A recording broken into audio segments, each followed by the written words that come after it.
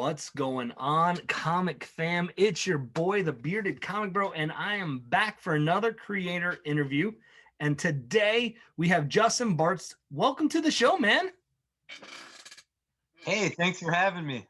Yeah, man, I'm so excited. I almost didn't want to have you on because your beard intimidates me, and that doesn't usually happen. This has been trimmed up. Like it used to be about 5 inches longer, so this is trying to look nice. Oh, well, man, I'm honored to have it. Not very often are there better beards on my podcast and my show, but I think you might be in the running for it today. So, but I'm Oh, well, I excited. appreciate it. I'm excited to talk to you about comics. Gotten to read some of your stuff and things you've been working on. Before I hop into anything, though, my first question I always ask people is, how did you get into creating comics? Well, I started reading comics as a kid, and then when I hit high school, got 16. I had a car, I had a guitar, so comics kind of found their way to the side because I had bands and I was, chasing girls. And after a few years being in bands and stuff, I hit about 27 years old. So about 2013, 14-ish, when I was with my wife. I was working a 12-hour job running machines, and I was bored to death. And I had this idea just in my head of these characters and stuff. And so I would tell myself stories to entertain myself running my machines. And then I started talking to my wife about it and started talking to friends about it. And they all told me that sounded like a good idea and concept. And so I just started kind of writing scripts. And then I looked up how to write scripts. And then, yeah, kind of just started putting it together. And my wife started reading them, and she's always wanted to be an editor. So she started editing them and putting them together. And yeah, 5 years later, here we are. So this is kind of turned into a kind of a family business. It sounds like a little bit. Yeah, I write it and create it, and the wife makes it sound smart and good so that you guys see. Obviously, I'm terrible at talking smart and good. It's terrible literature. So, but yeah, she's the brains on making it legible and readable for you guys. That's fantastic. Like, it's so cool when you can find something that's a passion of yours, and then you can share it with someone who's close to you, like your significant other. So that's cool that you guys get to do that together. That's awesome, man. Yeah, it's exciting. There's times like where we've been in like ridiculous fights over the comic. Like not like it's over something stupid, like if he could transform or not. Like we've been in absolute fights about it, and every time she ended up being right. So I figured I should stick with her as the editor. Yeah, I mean, it's probably something that's good to learn right off the bat, right? Really early on. You're Yep. usually wrong, she's always right. So that's awesome, man. Even in comics. Even in comics, it translates, it transcends relationships to comics too. That's hilarious.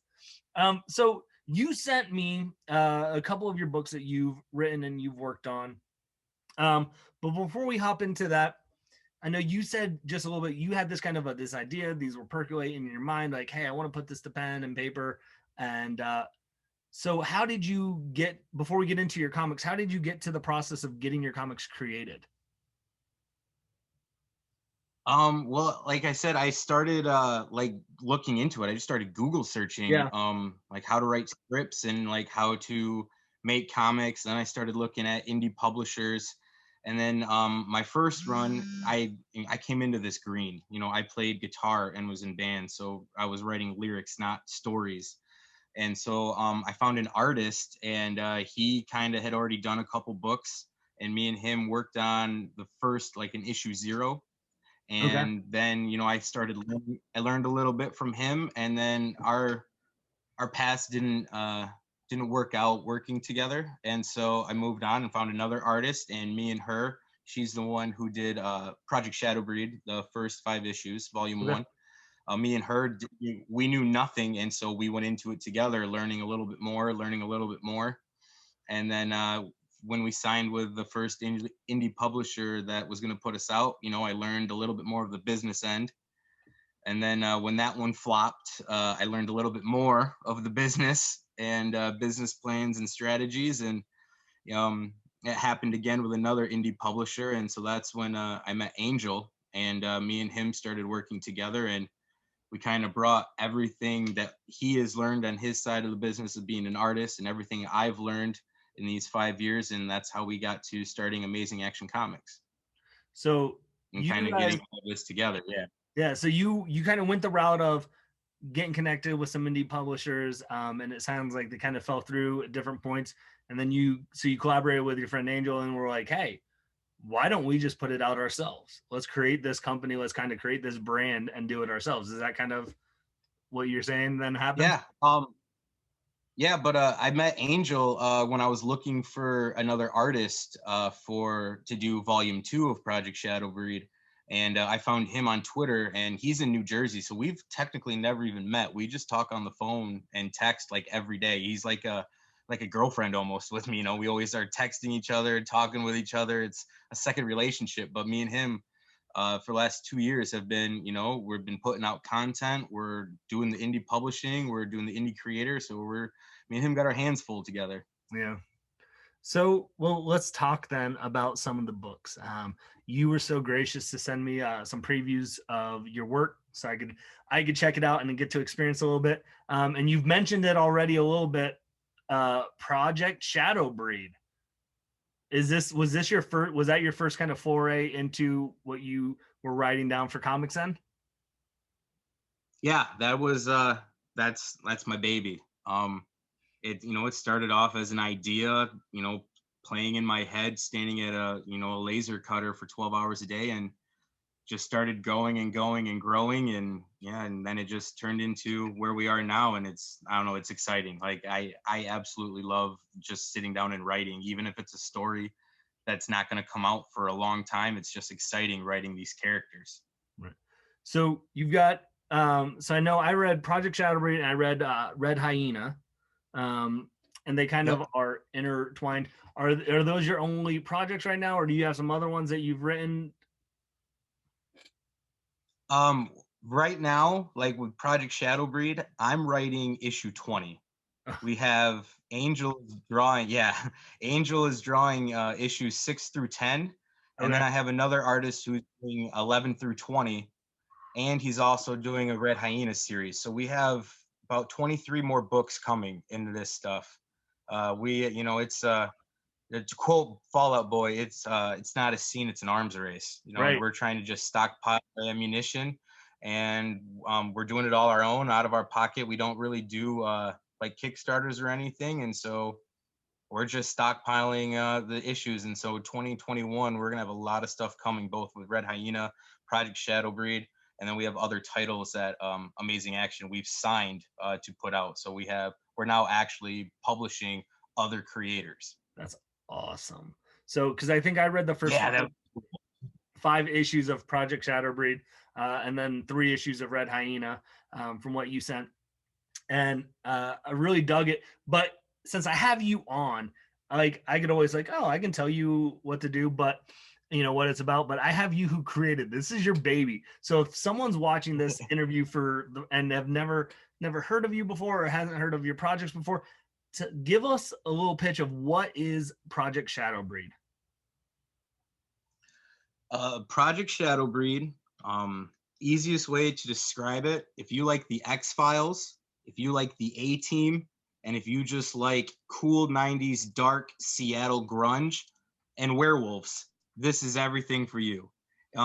We set it in Seattle because I was always sick of New York and LA getting the attention. I wanted a dark, gritty, very 90s feeling, like Blade, A-Team, all that stuff, all the goods I grew up watching, all of that wrapped into a comic. So to sum it up, you got werewolves, soldiers, high-tech mercenaries, evil corporations, and a whole lot of fun and action going on, all in these pages.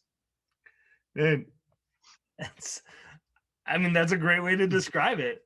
Now, you said though that these were all ideas percolating in your mind when you were working on the line, making machinery, with the laser cutter. Where though, there's got to be some basis, because that's such an eclectic mix. There has to be some basis of where this kind of spawned out of. Yeah, actually, it all started when me and my brothers, we grew up out in the sticks, and we grew up watching the X-Men and the Blade movies and Mortal Kombat. And so we started creating our own superhero team. And my guy was a werewolf who could control his mutations, kind of like an underworld. My brother was like a cheetah because he's always faster than me because I'm the big lumbering lumberjack brother. So he was the quick, agile one. I was the big brute. And then our little brother, who liked to climb trees, he would pretend to turn into like a spider, like a full blown spider. And so we would just run around. And the story was we were created in a lab, and that's kind of the basis. It's from my childhood. And then standing at that machine, I kind of just started going off of that. And yeah, here we are with the creation of Syntech. We got werewolf soldiers. It's so much going on. It's awesome.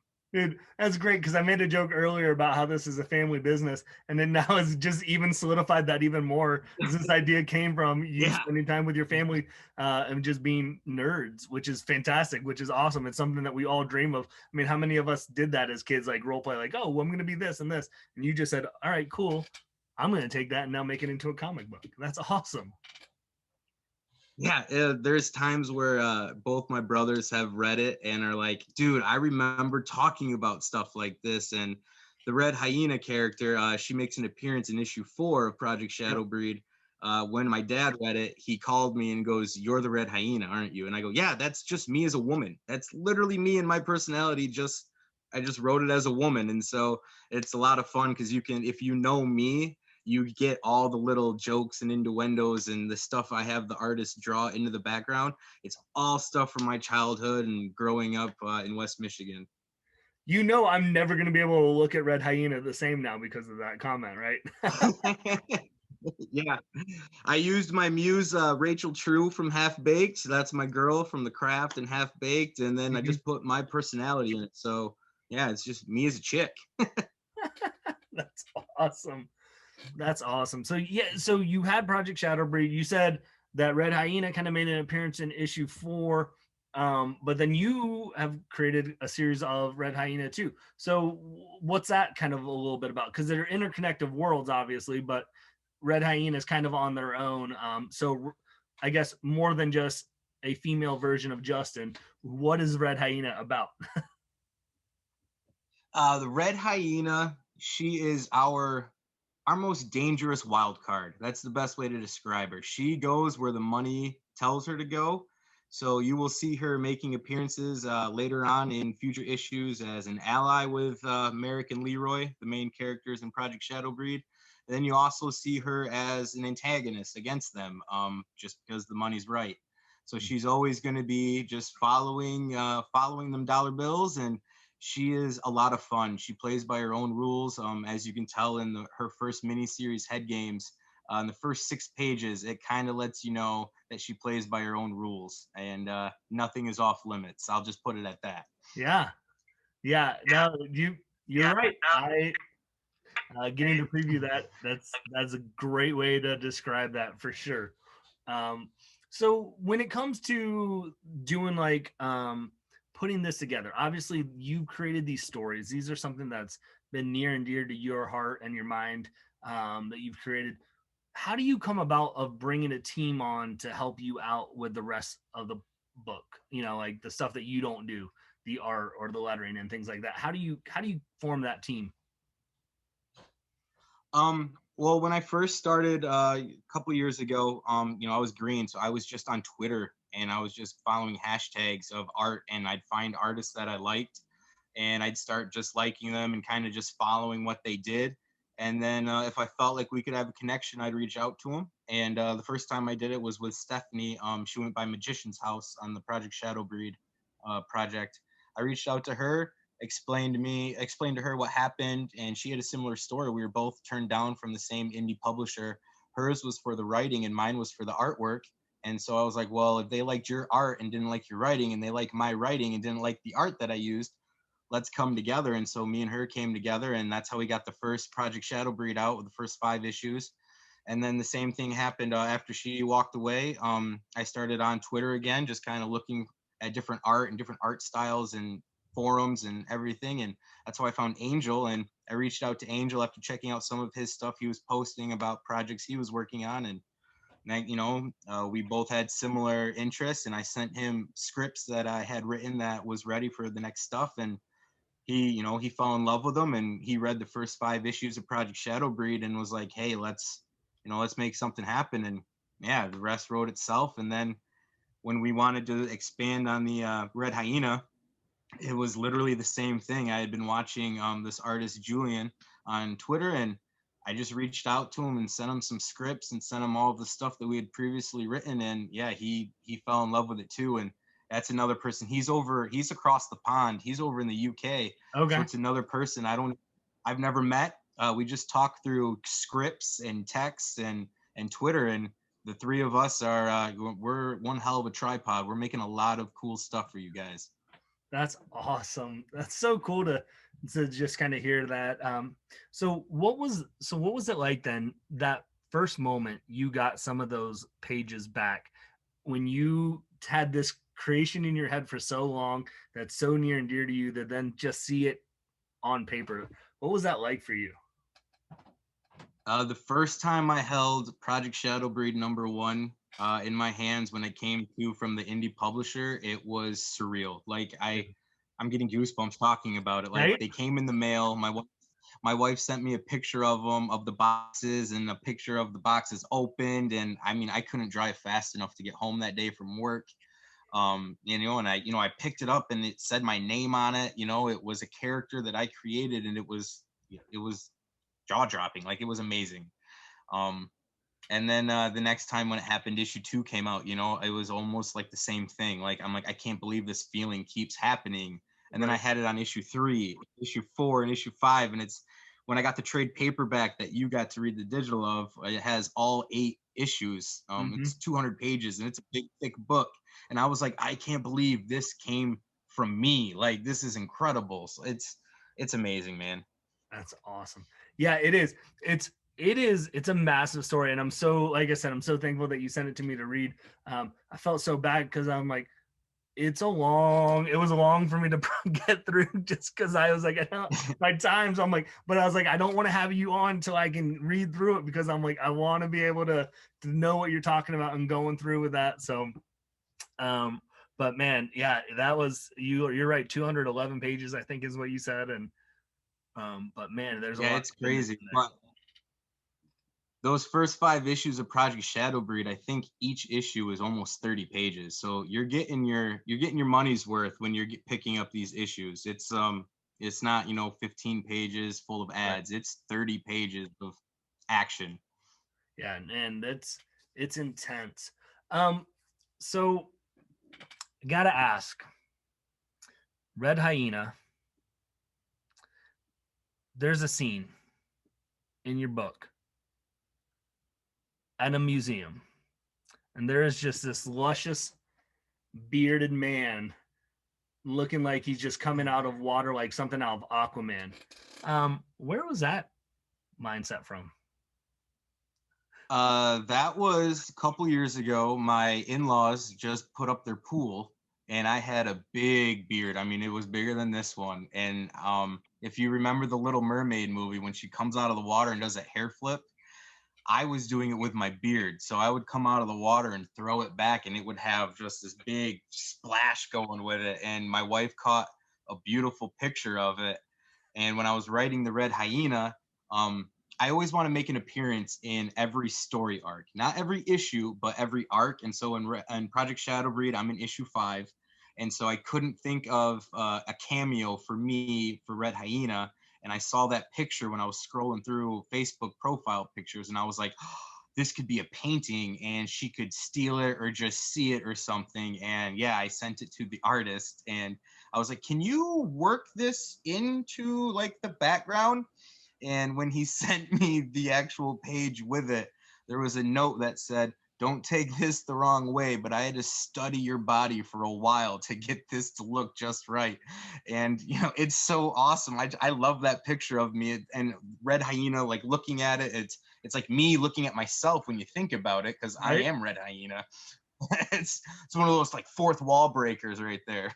It's Inception. It's like the artist inside the writer, inside the character, inside the art. And no, that's a fun idea. I think that's cool. Like when you are creating comics, like, man, I want to have me kind of, it's almost like the Stan Lee cameo, right? Like that he was in every Marvel movie. Like you couldn't, it wasn't a big part, but it's just something because you're like, oh, and I think that's a fun, as your readers start to learn these things and you have that following, people start to go, you're going to get people that are going to be on the lookout. Where's my bearded cameo? Like, where's that luscious beard going to pop up next? And man, that's fun. I think that's cool when you can get to do stuff like that.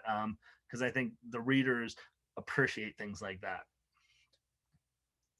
My favorite was when Stephanie did the Project Shadow Breed #5 appearance for me. She didn't tell me who my partner in crime was going to be.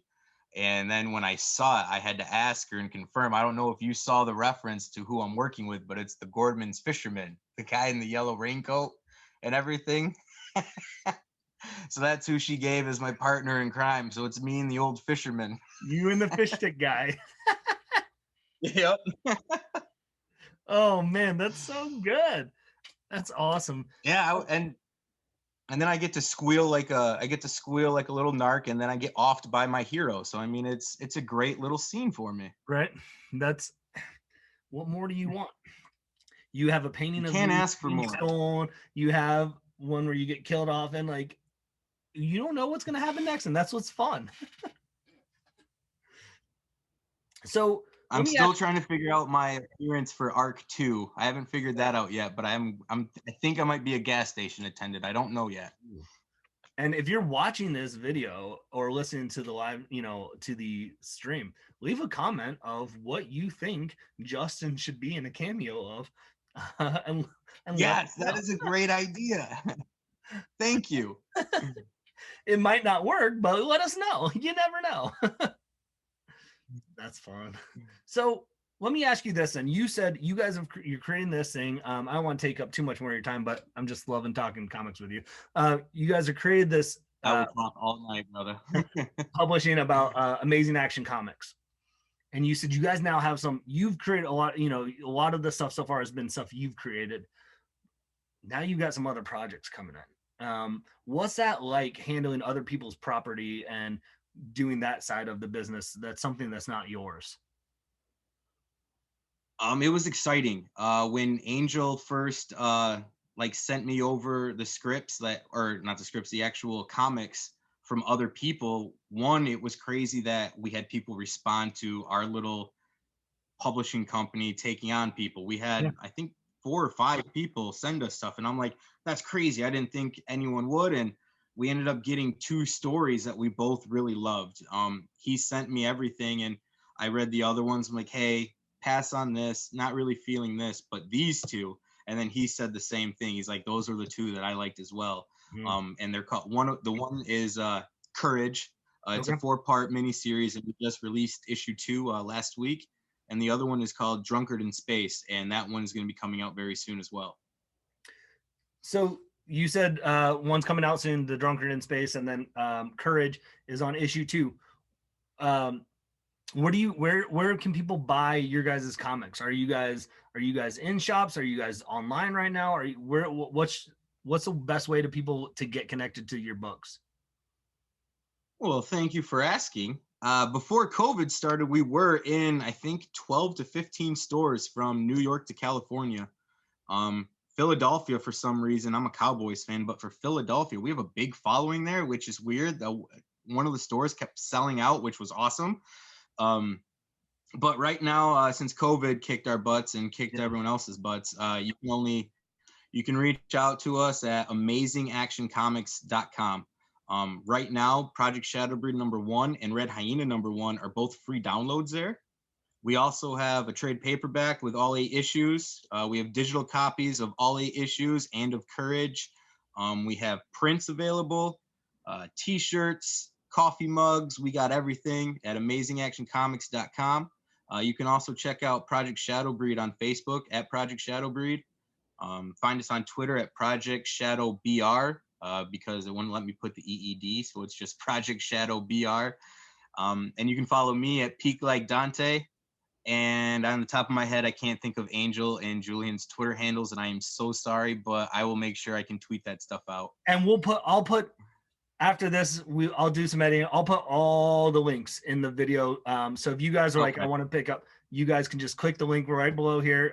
You'll get all the links that we've just talked about, and all the links that we've forgotten about. They'll be in there for you to follow along, and figure that stuff out. So that's cool. Like, yeah, I know I kind of started doing these interviews when COVID hit, because my wife and I are big fans of going to Comic Cons, and we were about to go to one in Lexington and in March, and 2 weeks before we were about to go, the world shut down.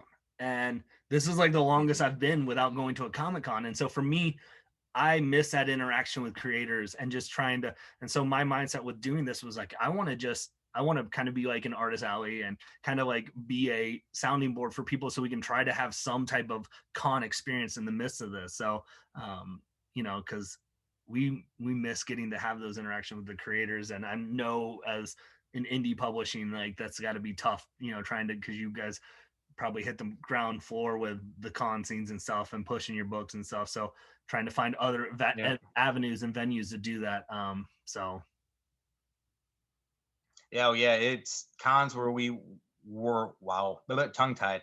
Cons were where we made our most contact and networking with fans and stuff. It's hard to get someone just talking to them about an indie book to actually like look at it and actually buy it. But when you're there in person and I can put that book in your hand and you see the characters and you hear me talk about it, that was the best way that we were getting the book out to people. And yeah, it's people like you who are helping us indie publishers and indie creators out. So I want to thank you and your wife and everyone involved with helping do this.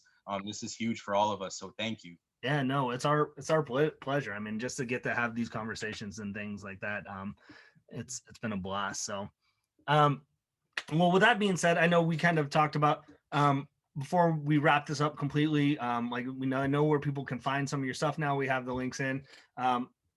Any final things that you just want to talk about, you want to share as we conclude up tonight? Man, just everyone be nice to each other. Everyone love everybody. That's all I want to say. Like, there's too much stupid shit going on. Yeah. Just everyone love everybody. Yeah. That's all. That's perfect word. So, man, Justin Bartz, thank you so much for just spending some time talking comic books. Guys, check out Shadowbreed, Project Shadowbreed. Check out Red Hyena. Go to Amazing Action Comics. Like I said, click the links below. Follow these creators.